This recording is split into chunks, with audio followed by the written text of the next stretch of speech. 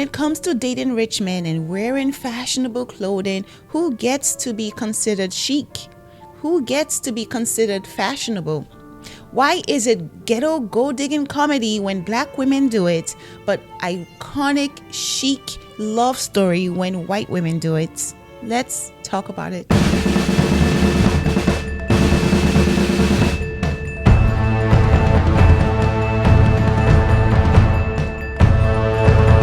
Welcome back to Vixen Cinema. I am your host, Abby, and this is a show where I use some of my favorite movies with strong female leads to address real-life issues affecting women in society today. Today, I want to explore two films about women navigating wealth, BAPS and Pretty Woman. We'll be discussing how race determines what's considered fashionable, what's seen as acceptable behavior, and who gets to be the princess versus the punchline. So grab a glass of wine and sit back as we dive into the politics of what's considered chic. The word chic supposedly means elegance and sophistication. But who decides what qualifies? Let's explore the topic through two very different films about women and wealth. Starting with BAPS. BAPS is a 1997 comedy starring Halle Berry as Niecy and Natalie Desselle as Mickey. Two waitresses from Georgia with big dreams of opening their own combination soul food restaurant and hair salon. You know what? I would eat there. Tired of living in Georgia with their broke-ass boyfriends, these stylish women are desperate for money to fund their business. They see an opportunity to earn $10,000 if Niecy auditions to be a dancer for a music video in LA. Cause it ain't nothing but some fine young rich men in LA. So sporting these iconic looks, these baddies arrive in LA ready to kill the audition. But Niecy bumps the audition. Fortunately, a man named Antonio spots Niecy in a dance-off and offers them the same amount of money to be in a music video, inviting them back to a Beverly Hills mansion. I know that's right. At the mansion, they meet Isaac, Mr. Blakemore's nephew, who reveals they are not shooting a music video. Instead, he wants Niecy to pretend to be the granddaughter of Lily, a black woman the elder millionaire who owns the mansion, called Mr. Blakemore, once loved and couldn't marry due to their race. Oh, that's sad. Upon meeting them, Mr. Blakemore immediately warms up to Niecy and Mickey. Why didn't you tell me they were coming? And they begin to bring some spice back into his dull life.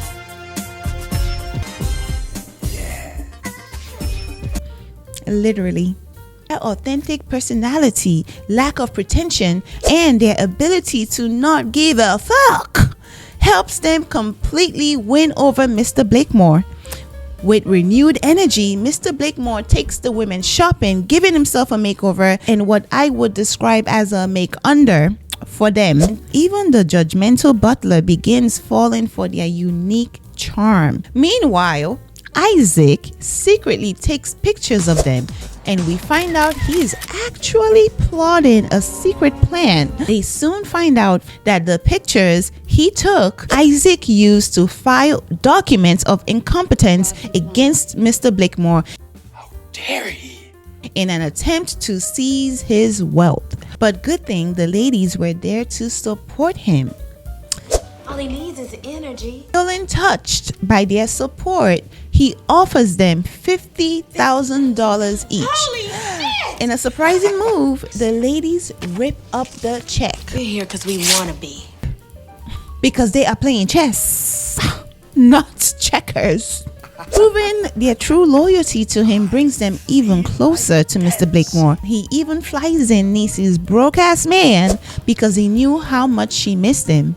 And they flew in Mickey's man too. The more they get to know Mr. Blakemore, the more they begin to feel bad about lying to him. Act like you don't know, Mickey.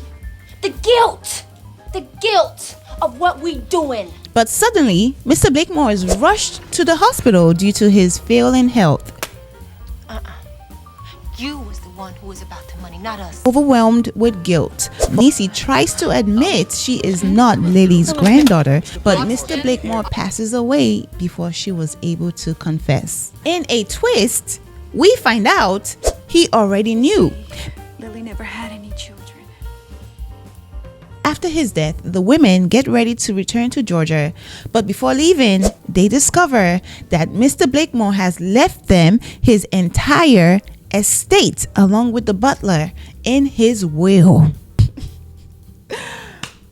That's what I'm talking about. With their newfound riches, Niecy and Mickey open up Lily's and make their dreams come true. Throughout the film, BAPS, which stands for Black American Princess, explores themes of class, race, authenticity, and the American dream. Of course, the critics hated it. Well, to be honest, I don't expect a bunch of stuffy old white men to understand this gem or even have a sense of humor. It has since become a cult classic to us. But BAPS does play into a lot of stereotypes with scenes like this where their hair is covering the movie screen on the airplane, which made me roll my eyes because in some way it perpetuates this idea that black women can't take up space. Obviously, that is a ridiculous amount of space being taken, but it is still the same message that we are taking up too much space. First of all, let's take a look at these outfits. In a segment I'm going to call Bitch You Could Never. Look one, this iconic look on the airplane, because bitch you could never. This denim look, denim on denim, bitch you could never. This black and gold look on Niecy, bitch you could never. The look on Mickey, bitch you could never. The makeover looks, it did tone them down, it did, but bitch you could never. This green dress on Niecy, bitch, you could never. This robe, bitch, you could never. This silver look on Niecy, head to toe metallics, bitch, you could never. Look at them, elegance. It is not just a size thing. Mickey is killing this look. Don't play with her. Why is this look from BAPS looked at with some kind of judgment, not from us black women, but from society, and this look from Pretty Woman considered fashionable? Quickly. Which brings me to today's discussion. Who gets to be considered chic? That's the thing about this idea of taste. Taste to me is just being the biggest bully. Taste is sometimes just one person standing up and saying, this is good and that is bad. Oh, why? Because I say so. Stop letting people bully you into buying into their own taste. And that's why I truly believe that black women, we have to become bigger bullies. I'm gonna die on that hill. If you take a look at Pretty Woman, and for anyone who hasn't seen Pretty Woman, why haven't we seen Pretty Woman? Go watch it. Fine, I'll give you a quick summary. Pretty Woman is a 1990 film starring Julia Roberts as Vivian, a sex worker hired by a wealthy businessman named Edward, played by Richard Gere, for a week-long arrangement that turns into a love story. The film is famous for its makeover scenes where Vivian goes shopping on Rodeo Drive and emerges looking like a proper lady. Her style evolution from streetwalker to sophisticated woman is treated as natural and aspirational. So why are these two looks treated so differently in society? And for this conversation, I am going to leave Mickey out of it. So let's only compare Halle Berry and Julia Roberts for the sake of the argument. They both pretty much are the same type of women in different colors. So obviously we already know the answer to my question: racism. In BAPS, we see two women with a very specific aesthetic: bold, colorful, maximalist. This style is treated as a punchline throughout the film, but anyone with eyes can see that their original style was definitely ahead of its time. From the Kardashians to fashion magazines, when we take a look now, everything that was in that movie is now trending. Actually, it was trending like 2-3 years ago. Now we are in conservative, trad wife, quiet luxury hell. When white women adopt similar, bold, maximalist style, it's often called avant-garde. even the whole BBL fashion era being attached to Kim Kardashian instead of a black woman, which might not even be a bad thing, honestly. But there's a side eye there. Things that come from black culture is being credited to white or white adjacent celebrities. So why can't black women get the same chance to make those same huge profits off of black culture the way Kim Kardashian, Kylie, everyone else gets to? That's the argument. Hailey Bieber lining her lips and putting on lip gloss and then marketing it as brownie, what did she call it? Brownie glazed lips. And then recently sold her company for almost $1 billion. Same thing happened with Kylie's cosmetic.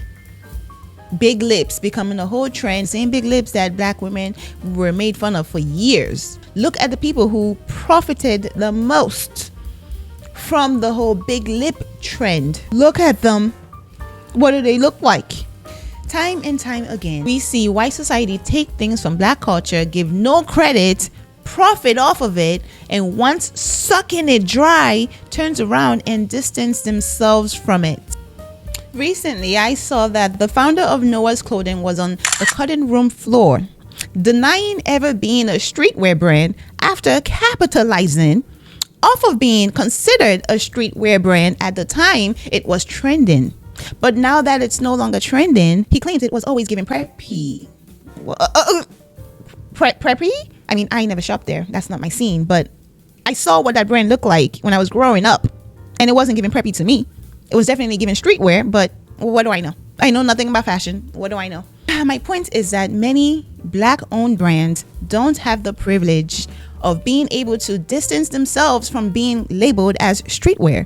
Because in my opinion, that label is sometimes forced on black-owned brands, whether they are streetwear or not. The same way we black women are not always given the chance to say, oh, this is not ratchet, this is couture. So forcing the labels ghetto and ratchet on looks like this is racist because it is being used in a negative way. Even in the movie, these gorgeous baddies are constantly being laughed at and mocked. What's so funny? What's so funny? Quickly, what's so funny? Ruth Carter was literally designing what would become mainstream trends. But because it was on black bodies in a comedy, it was dismissed. Obviously, as time went on, we now consider the looks from this movie a cult classic. But when that movie came out, it was literally a flop. It was not considered an iconic, fashionable movie. It wasn't. I mean, I wasn't super... It wasn't. No, it wasn't. It wasn't even considered a flop. It was considered, read the reviews from the critics. It wasn't treated with the same grace the way Pretty Woman was treated. And I know these are two completely different movies for two completely different audiences. I know. Guys, new ones, please. Stick with me. These looks are given maximalism. And honestly, the reason why society doesn't consider these looks chic is because of jealousy. Let me finish. Truth is, not everyone can pull this off. Take a look. And it's not just about being skinny. Because as we can see, Mickey is pulling this off. She's pulling this off too. Anyone can pull this off. You put Niecy and Mickey in this and they will look similar to Julia Roberts. If you put Halle Berry in the same outfit that Julia Roberts has on, she would look just like Julia Roberts. You can't just put anybody in this look. Julia Roberts cannot pull this off. Halle Berry can't pull this off. Julia Roberts cannot pull this off. Do you see what I'm saying? Do you understand what I'm talking about? So society and white supremacy, it's so funny because instead of just admitting that you don't have the swag and taste to pull this off, it then becomes, oh, it's ghetto, it's ratchet. No, it might be ghetto, but it's not ratchet because there is nothing wrong with being from the ghetto. Let's just make that clear. It's not ratchet. It's couture. You just can't pull it off. As much as they try to paint us black women as bullies, I'm telling you, we are way too nice. We are way too nice. We just do our thing confidently and ignore everybody else. We don't try to force our taste on other people. We are literally just in it, enjoying it. Do you see the difference? For example, there was a TikToker that stood up completely unprovoked and made this video talking about things that she found unchic. Her list included tattoos, loud logos, camos, and visible panty line. Not that her opinion even matters, but it does add to the conversation. This typical microaggression comes from white supremacy. What is so funny is that their idea of chic is so boring, tasteless. Anyone can stand up and put on white and beige. Anybody. Dressing like you are a trad wife stuck in a cult is not difficult. That's why they make these kind of videos, because they need you to conform. They need the standard to be boring. So they don't have to try to achieve this, because they know that they cannot achieve this. And I cry when I see a black woman buy into it, and see any woman, because white supremacy sometimes is not even about race, because everybody is affected. White and black feeds into the machine. This is why black girl luxury to me is sort of a touchy subject, because black girl luxury is necessary. We need to see more black women living soft lives, living in comfort and wealth. But on the other hand, there are black women out there just like this woman, and they push this quiet luxury, almost trad wife narrative, caring that it feeds into white supremacy. And that to me, I'm like, but I think black girl luxury is necessary for the whole picture. So all I'm saying is, when it comes to taste, do not be afraid to stand 10 toes deep in your own taste, whether people find it chic or not, because who gets to determine what is chic? Anyways, let's close out by returning to BAPS, which was the original topic. What I actually love about this film is that despite being treated as a comedy, they succeed on their own terms. They got their restaurants, kept their friendship, maintained their style, and didn't have to sleep with anyone to achieve their dreams. Playing chess. What a topic. I love talking about that. I could talk about this all day, I'm not gonna lie to you, but I do have to wrap this up. Oh, well, that is all for today, darlings. The next time someone tries to tell you what is chic or what is classy, just remember that these standards are rooted in bias. Both films are products of their time, and I love both films. Don't get me wrong, I love Pretty Woman. I wasn't trying to bash Pretty Woman. I hope I made that clear. What do you guys think? Have you seen BAPS? Do you think fashion and style standards are racially biased? Let me know in the comments, and please hit like and follow for more if you want more Vixen Tale. I will be back, and I am so sorry that this episode was a little bit late. I was off schedule, but I'm back on now. We're back on track. Hope you enjoyed watching this, because I enjoy making these so much. I will see you guys next time. Do try to stay alive. Until then.